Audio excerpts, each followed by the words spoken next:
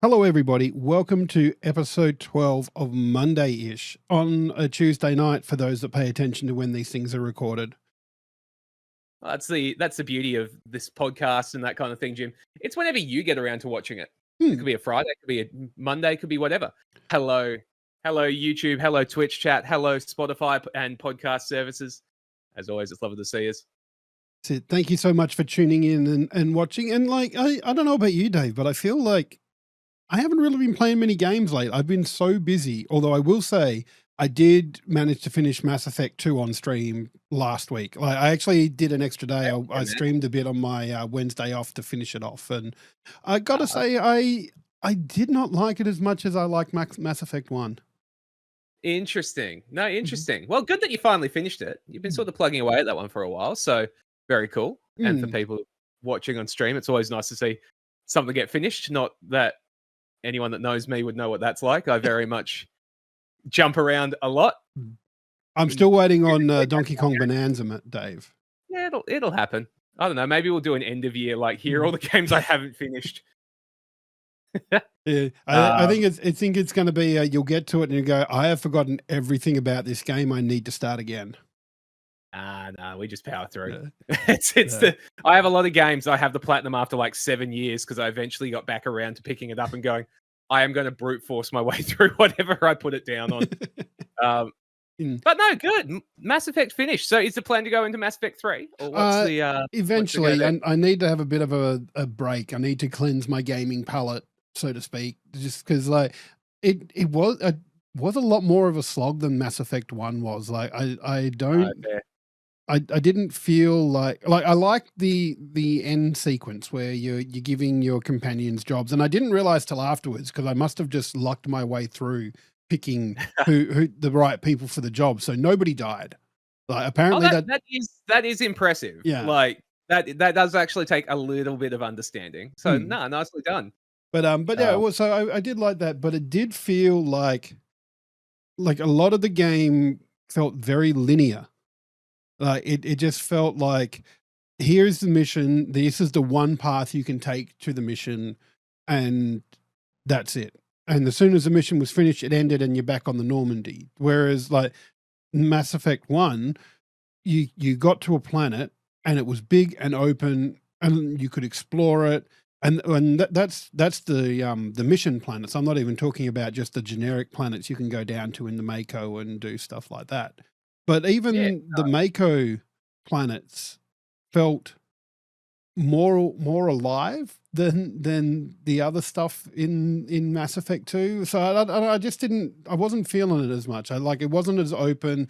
It wasn't as much exploration as I was hoping for after Mass Effect 1.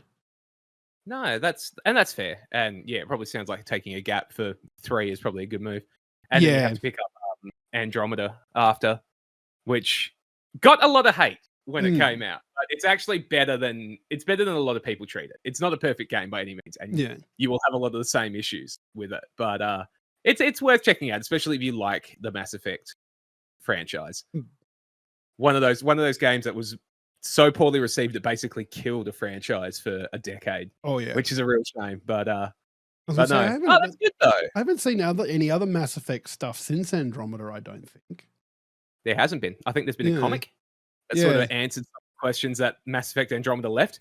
Because 100%, it ends with a, hey, here's something that's going to trigger off for the DLC. That never came. But issues. Yeah. No, good, man. Well, I picked up and finally finished Pragmata. So I went through and finally beat the final boss. Straight up, I found a build that basically let me 3-shot the final boss. So it was a real anticlimax at the end. 3-shotting a boss. Yeah, 3-shot the final boss on the hardest difficulty with this gun. It was real good. And that was the hardest difficulty, because that was what you were going through for the platinum, wasn't it? No, that's it. Well, like for context, the pistol would do about fully upgraded 100-ish damage or something like that. This gun, if you did it perfectly, was 17,000 damage. Oh, Jesus. Shot. That's you had a lot to time of damage. It was like a rhythm. It's like a charge cannon. You charge it up, it hits a level. If you release the trigger right on like the max charge, it just blows anything away. It was actually quite satisfying. I was like, yeah, that's cool. That was pretty cool. Remind me, Jeff. I'll show you off stream one day because I can just load up right before the boss and do it again. So that was good. Finished the platinum on that one. Definitely, like I've talked about multiple times on this podcast, loved it. Like really, really good. I was watching a few reviews and like one review, like they just hated it, and I'm so confused because I think it's just such a good game. But no, really enjoyed it. The next one I picked up is going to take me a bit longer, but I picked up Wu Chang Fallen Feathers, which is a Souls-like from a Korean developer that no longer exists. They shut down. But as part of their shutting down, they put it on Game Pass and PlayStation Plus subscriptions. So I picked it up and I'm playing, and it's fun. It's nothing special, but I'm enjoying it. What I love about it, and it's something I've complained about before to Souls players, and it's a very polarizing opinion. When you die on the boss, you can just retry. You don't have to run back from the spawn point. And that honestly is what I love. Because I think I complained about it with Pragmata. When you die, respawning in the safe zone, having to run back, it's like that 3 or 4 minutes between. Yeah. That's not how I play. I just throw myself at a wall until eventually I get through. Yeah. So having that ability to retry was really nice. So I'm enjoying it. I'm about halfway through the first chapter. There is 4 chapters. 4 playthroughs for platinum, but I'll probably do it in one by saving creative methods. If you back up your save at the right point, you can go back and do the other choices. Yeah, that's because I don't have time to play through a game 4 times. Ain't nobody got time for that. Not with all the things coming out. Not with just so many games on the horizon. I still want to play Mixtape.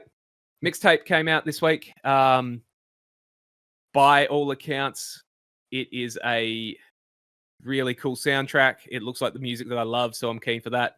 It doesn't have a streamer mode, so definitely not a stream game because that would get you shut down so quick. So it looks cool. Before you're trying it. Admittedly, I know nothing about Mixtape. So is that like real licensed music in that?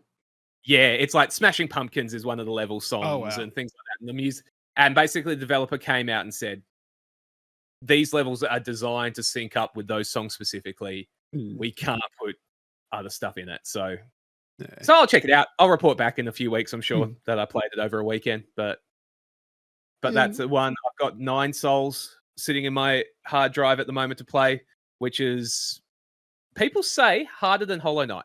Oh, wow. So I'm interested to give it a go. I'm looking forward to trying it. It's another little Metroidvania, 2D roguelike, Hollow Knight-like, but it looks fun. So we got a lot on the back burner at the moment, as always. Touching on the Hollow Knight thing, because I played through that just before Silksong came out. I haven't played Silksong yet, so that's still on the list as well. But hell yeah. But like, I'd heard lots of things about Hollow Knight and how hard it is, and with the way people carrying on about it, I was expecting harder, if I'm being honest.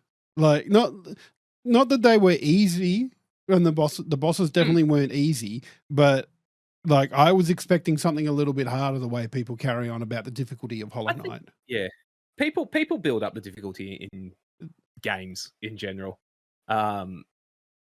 Generally they're made to be beat, if they're not an old Flash game or an old Nintendo game that was made like to take your credits. Yeah.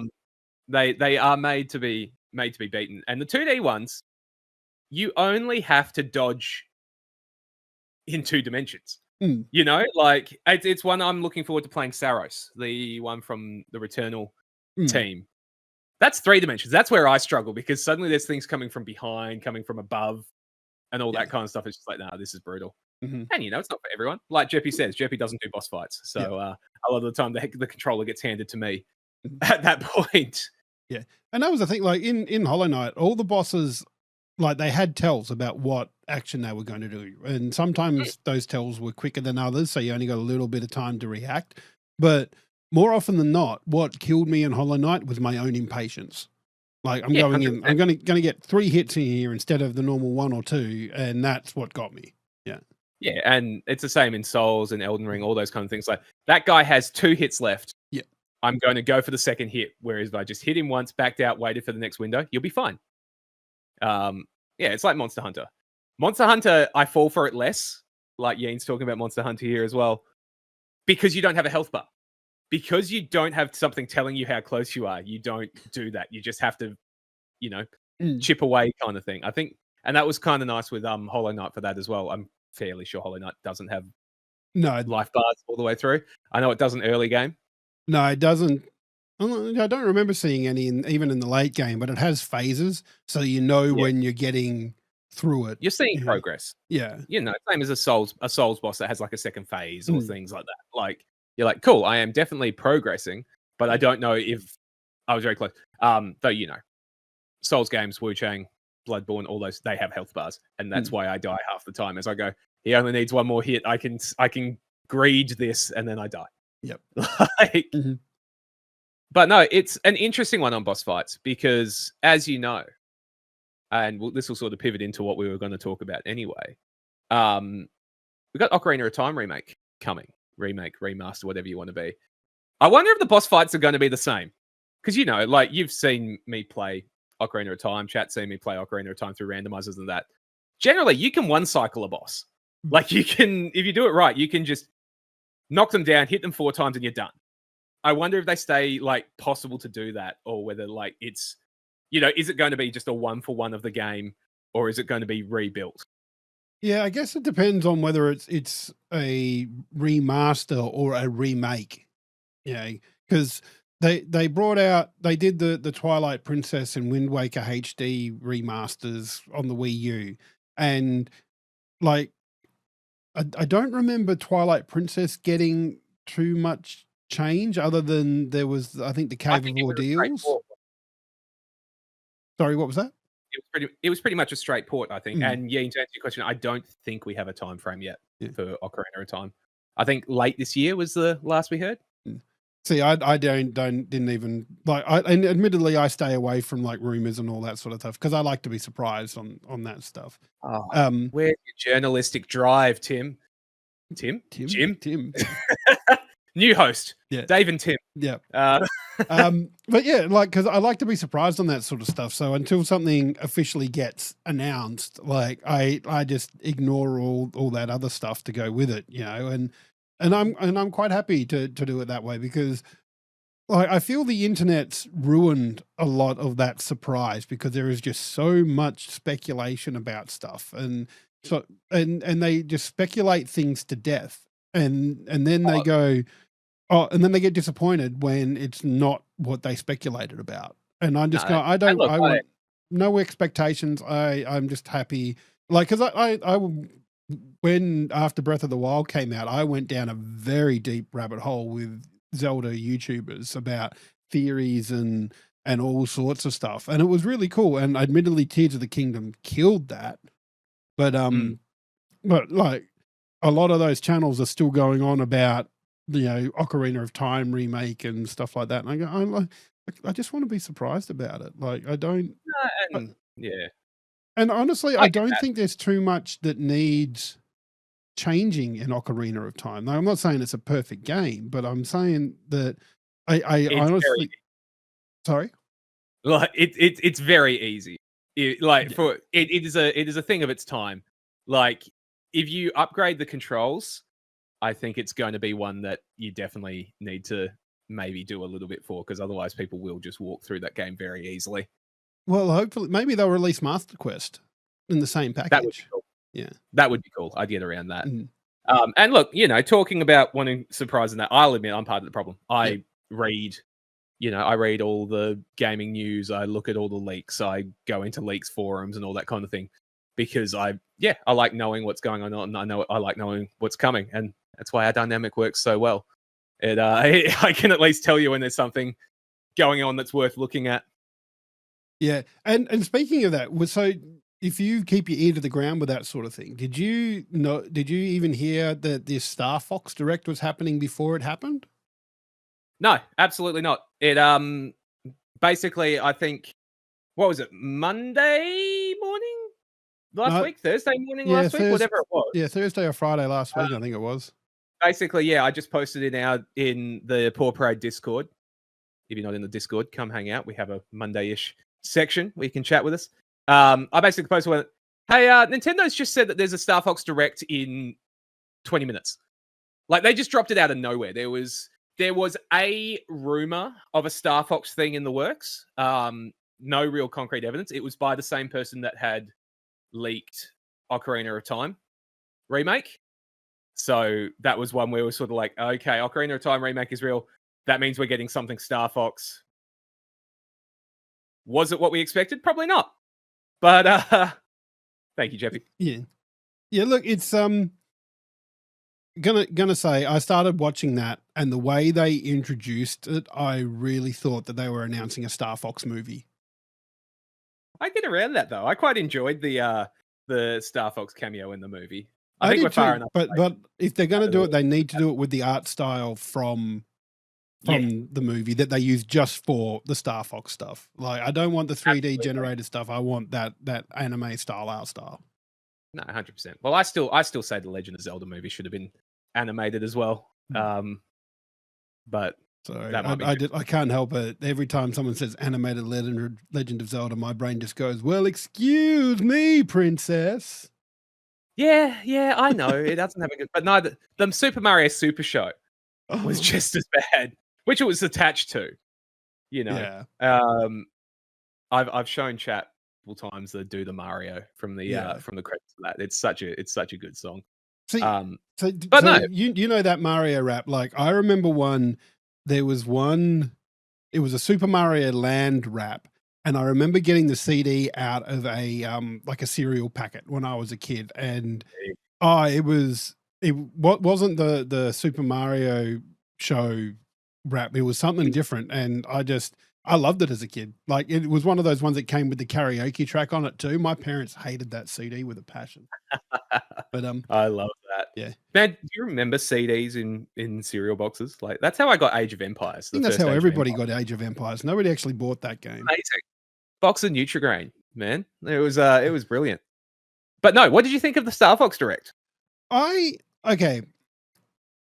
I'm going to start off by saying I liked it. I'm loving the updated graphics. I'm loving the look. I'm loving the updated multiplayer stuff, because like for being the multiplayer console, like the Nintendo 64, Star Fox did not get a lot of love in my house. It was Melee. Oh, sorry, not Melee. It was Smash Brothers.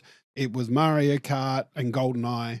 And Perfect Dark was too late for me. I didn't get that by the time it was there. But yeah, but it was Mario Kart was the one generally that got the most runtime in my house. So, but like being able to play multiplayer, Lylat Wars for us it was. I would have loved to have done more of that. So I'm excited about that. We'll see how the online stuff goes, because Nintendo generally doesn't have the best track record for online stuff, but we'll see how that happens. Yeah, no, it's interesting because it was a big one in my house.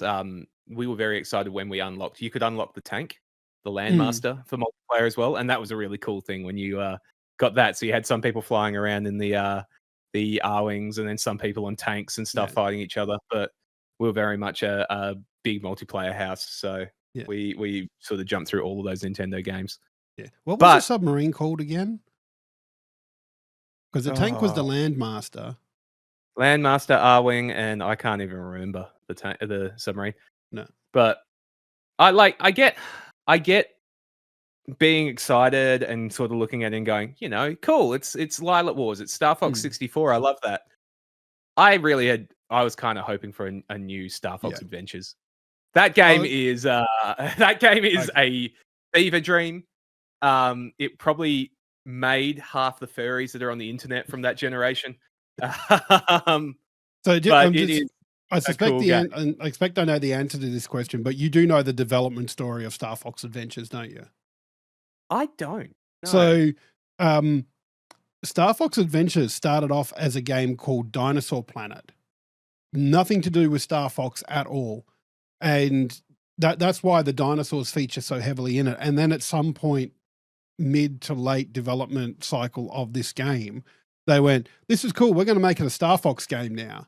And so they've shoehorned Star Fox in there. And it's why Andros shows up right at the end to like take out the actual bad guy, and all of a sudden you're fighting Andros again. So that's Star Fox Adventures. It wasn't a Star Fox game to begin with. Yeah, but like Crystal was great. Like from a new character perspective, it was a really cool sequel. It was so different, and now we've gone back to making Starfox 64. Yeah, 3 times. Yeah, that's it. It's like some franchises don't deserve new games. I think Star Fox kind of needs one, and I'm hoping that we might still get one. You know, like for all we know, that this is like a tide us over while Star Fox appears in the movie, but we'll keep working on a new game. And honestly, my love of 3D collectible games, collectathons, and things. Give me a new Star Fox Adventures. I'd get around it. Yeah, I'm not. I just want, because I'm a big fan of flight sims as well. Like that was, I think, pretty sure one of the, it either was the first or one of the first games I played was X-Wing. Yeah, so there's a flight sim. So I really love the flight sim part of it. But please, just like even the Nintendo 64 Star Fox is, I would call it the definitive version of that game. But Star Fox, or I think it was called Star Wing on the Super Nintendo. This is the same game again. It's just you've got a system that's got better graphics that can do it. So this is like the third time this game has been remade. And well, wasn't Star Fox Zero this game as well? I don't think so, but I don't remember the story too much in it, or whether it was a sequel or another game. But like the levels were different, at least, even if the control scheme was horrible. But look, I think they're cool. It doesn't compete with Rogue Squadron. You know, when I think about flight games on the 64, Rogue Squadron, the Star Wars one where you got to play all the different fighters and stuff in Star Wars. That was the flight one. This is too on rails for me. You know, like it's an on rails shooter. Oh, 100%. It's like it's Pokemon Snap, but with flying enemies instead of taking photos. Yeah. Yeah, 100%. At the scheme of things, we can break it down to that. And look, and there is something, because like there are the challenges in it where you get the gold medals or you get the different medals in them, and there's a different paths you can take in there. But once again, this is the same Nintendo 64 game. And like even looking at that first bit of Corneria where they're flying in, it is exactly the same. They even showed off the harder path to get through following Falco in there. And so it is exactly the same. So there is no surprises in this game. And that worries me. Like I feel like there needs to be a surprise. And you know, potentially there is at the end, or there's like a little secret episode or something like that. That'd be cool. What we have the cost for it, I'm pretty sure. Do we know what it costs in Australian dollars? Just so I can like put my head on it. Because I don't know. Hang on, let me check. This game is really going to last, excluding the multiplayer, because I don't count the multiplayer, because I'll give it a go, but like it's not going to really contribute huge to my playthrough time. You can beat Star Fox 64 in an hour. Yeah. If you want to do all 3 parts, probably 4 hours. You want to get all the medals, maybe 5. Star Fox EB Games has it listed for $100 as a Switch 2 game. So in fairness, and this is a very small in fairness, most Switch 2 games new are retailing for $110, $120. So it is less than that, but it's still $100. It looks pretty, but it is a remake of a game that we have been playing for 20 years. Like I would happily $40-50. You know, what's that in American? That's 25, which is why they've never charged that. Like there's no way they charge $25 for it. But like $100 is a big ask for what that is. Yeah. Yeah, and like there's the little extra bits they put in there, like the furry cam.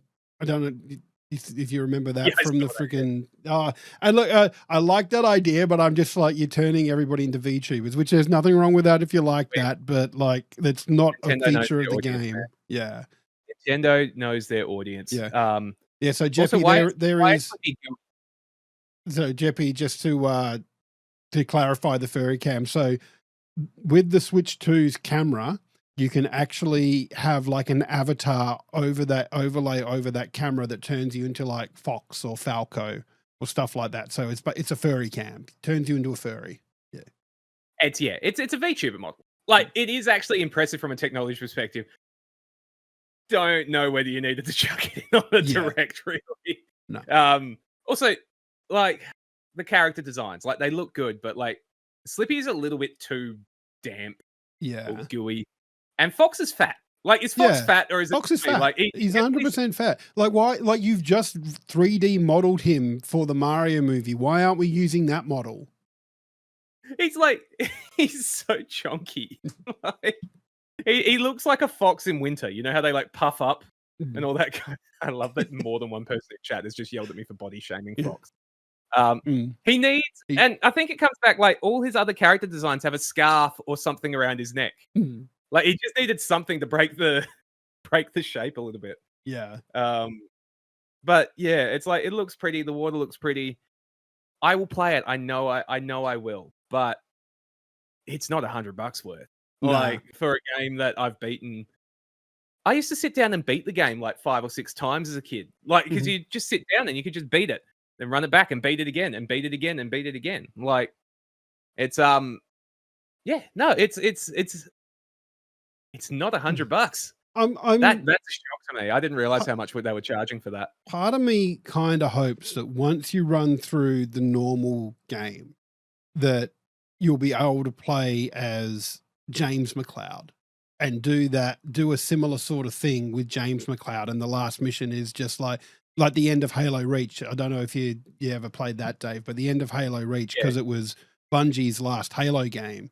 It was like the game finishes, you're left on this planet, you're fighting the Covenant, and it's just endless wave after endless wave until you die. And I kind of want that crack spreading and all that kind of stuff. You could see that. Yeah.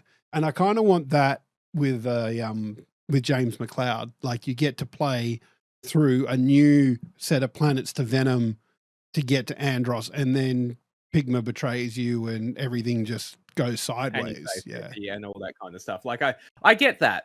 But and I would love that. Don't you reckon that it would have been in the direct? No, because sorry, let me rephrase that. I think because there is that focus on that cutscene that they There's have. that little cutscene. I'll give you that. There's that cutscene. But I feel like they must have known if they came out and going, "Hey, it's 64 again," and don't mention that there's more new levels or anything. They're going to get the blowback that they're getting. Yeah, but this is also Nintendo. Like Nintendo don't like remasters at all. Like you're lucky if you get them, and when you do, like so there's the Mario Minis games. I don't know if you ever played them on the DS, but they were like a little bit of Lemmings like stuff. But the very first one, you played as Mario and you went around and collected the mini Marios and beat the level. When Nintendo released that, they made that significantly easier. Because to progress to the later stages, you had to you had to get a certain amount of points. And in the updated version for the Switch, they got rid of that. You just had to collect 3 things in the level and you progressed. Yeah. But really, that's just because kids are now dumb or dumber, isn't it? No, I think it's Nintendo's design philosophy. Like, because even in things like Mario Odyssey and the new Super Mario Brothers games and Wonder as well, like if you died a certain amount of times, it'll say, here's a magic golden star that's going to finish the level for you. Or you have complained about that star before. Or in Wonder, where here's Nabbit and Yoshi, who when they get hit, they'll get stunned for a bit, but they don't die, and oh, look, their philosophy is easy to beat, hard to 100%. Like, that's very much what they do these days. I understand that. But yeah, as Solaris said as well, they did release 1,000 Year Door again so you could play it. But it is a nightmare to play some old Nintendo games. Oh, yeah. Speaking of, those of you that like Twilight Princess, check out the Dusk project that just got released. It's real good. It's real good. Twilight Princess Dusk. I don't know this one. It is basically Ship of Harkinian for Twilight Princess. So it's a recompile and stuff. It looks real good. They've just put out their like main release. So I'm going to check it out at some point. But yeah, no, it looks very cool. Nice. They are experts at riding the line of not getting sued by Nintendo. That's it. Yeah, and that's like we're getting on my thoughts are straying to like video game preservation stuff again, because there is so much that gets lost because video game companies hide behind this is our IP. Like Yin makes a good point about mischief makers. Like that has not been an IP that has been used for years. But if you want to go, okay, well, I want to do something with this, or I want to play that game, and they would still jump. You can't get it. It's not even on Virtual Console or the online stuff that's not Virtual Console anymore. You know, it's look, yeah, they do the slow burn things. It's like, have they put the Pokemon Coliseum games on that yet? Because they announced that like 12 months ago. Like so I have Nintendo no idea. really does slow burn it. If so I'm yeah, being no, honest, I get. I haven't picked up my Switch since Age of Imprisonment. And that's fair. Like, I yeah, like, but looking at the VC and that, didn't they just release Lylat Wars or Starfox 64 or whatever you want to call it on their digital, the Virtual Console? Like, as part of this announcement? No, like, I thought it came as part of the Starfox Direct. I'm sure it's been there for ages. Yeah. I could be, because it gets featured. It got featured in the Direct, and my assumption there was, because I wasn't listening, I was sort of watching more than anything, was that this was hey, and if you want to go check out the original, it's on Virtual Console, but please buy our $100 remake. No release date for Coliseum yet. Thank you, Solaris. Yeah, and I'm pretty sure like Starfox 64 was one of the first ones that came with the Nintendo 64 online stuff. Yeah, okay. That makes it slightly better. I was judging them for that. Yeah. It's been there for ages. It might be like, I haven't had a look at what GameCube games are coming up for it, because like that's taken forever to get anywhere with some of those. Well, like I said, the Pokemon games, Gale of Darkness stuff, which I want to play because I haven't played them since I was tiny.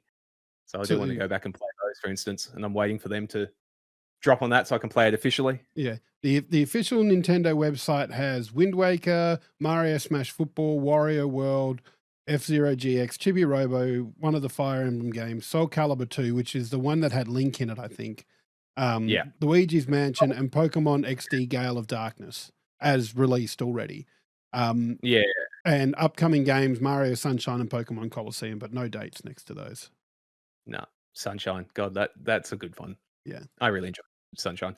But no, back to the original bit, because I know we're coming up on our time limit. Are you going to buy it? Oh, 100%. 100%. Like you mentioned it early, but I am definitely the problem here, because I'll buy it. I'm going to grab it because as old as it is, I was going to say outdated there, but it's not outdated because it's still fun. I love Starfox 64. I love Lylat Wars, and so I am definitely going to be buying it. It's this thing with Nintendo. I have this love-hate relationship with Nintendo. I have so many things that I want them to do better at, but they still release good games. Oh, look, I can understand that. I'm the problem in other ways. Like, I buy every Pokemon release, so I can vouch for you there. Mm-hmm. I struggle to justify it at that price point, but I also know that Nintendo doesn't make their games cheaper. No. So it doesn't help me on that side. Hold on. I'm going to do a quick search. Let's go look at what Breath of the Wild costs. And this is a almost 10-year-old game now. Oh, look, on EB Games has it for $78, which I think that released for $80 when the Switch launched. No, it has not come down at all. They just don't. No. They really don't. We should definitely talk about game pricing sometime. Yeah, for an episode, because that is something where if you want to rant from me, that is one where you'll definitely get it. But yeah, maybe you are the problem, Jim. Oh, 100%. Maybe you and people like you are the issue here. And like I say, I will still buy it, and I will get everything that's Mario and Zelda and Star Fox and I've come to peace with that. I've come to terms with that. I know I am the problem. And that's it. Look, I can't blame you, because Ocarina of Time remake comes out, I'll be buying it. We know that, like 100%. Do I want it to be better or new content or things like that? Absolutely. If it's the straight game just with better vision, I'm still. I accept that. At least we are all. At least with Ocarina of Time, there have been other Zelda games though. Like Starfox has been the same game. Like that. Like it's four releases it's had now when you count the 3DS version. Yeah. So it's exactly. But anyway. If you want to listen to different versions of this podcast, you should do so on YouTube and on Spotify. I think we're on Amazon Music and Apple Music and I think we're on iHeartRadio as well. Like, I applied to get it on iHeartRadio. I've got no idea if it's on there or not. I haven't looked. But we are spread incredibly thin, chat. So I want you to go and watch them on all of them because help us out. Get those numbers up. They're rookie numbers at the moment. We need some help. So even if you just go and give us a like. We need to do some advertising, Jim. That may be on us as well. People should just know that we are here and making some really great stuff because we have opinions and people need to hear them. Right? I don't think if you build it, they will come works for a podcast. It's an interesting one. Yeah. But guys, episode 12, 3 months we've been doing this, which is actually pretty cool. Yeah. And we haven't missed an episode. No. Sometimes we squeak it in, but we haven't missed an episode. That's it. Yeah, we are still going strong. Like I've been very impressed that we've done one of these a week for 3 months, Dave. I think we've been doing really well with that. We've set ourselves a goal, even if the original remit of the or idea behind it was let's do a 15-minute episode podcast, and then realizing that 15 minutes is really not that long a time. No, we definitely, I definitely couldn't keep us under that. No. But guys, if you're watching on YouTube, if you're watching on Twitch, if you're listening on Spotify, iHeartRadio, Apple Podcasts, Castbox, I don't know, they're all things like that, just cast and a word. We're going to be going live real early on Sunday the 17th. Jim and I are actually going to be doing a Mondayish versus. We're going to be both playing Super Mario Odyssey. We've got a bingo card. We're going to be doing some Mario Odyssey bingo. So drop by, depending on how long it takes. We'll be doing the episode after it. But yeah, we'll be having an early start next Sunday while we both do something that we've never speedrun. We've never done before. I actively haven't practiced. I don't know if Jim has. No, I haven't touched Mario Odyssey since COVID, because I remember doing a COVID stream with it. So it's been 6 years since I've touched Mario Odyssey. So it's going to be good. That's really the answer. We're going to smash it. Sub 1 hour, break the world record. But thank you for joining us for episode 12. Jim, that's been good. Thank you for hanging out, man. And we'll catch you all next Monday-ish, somewhere around there.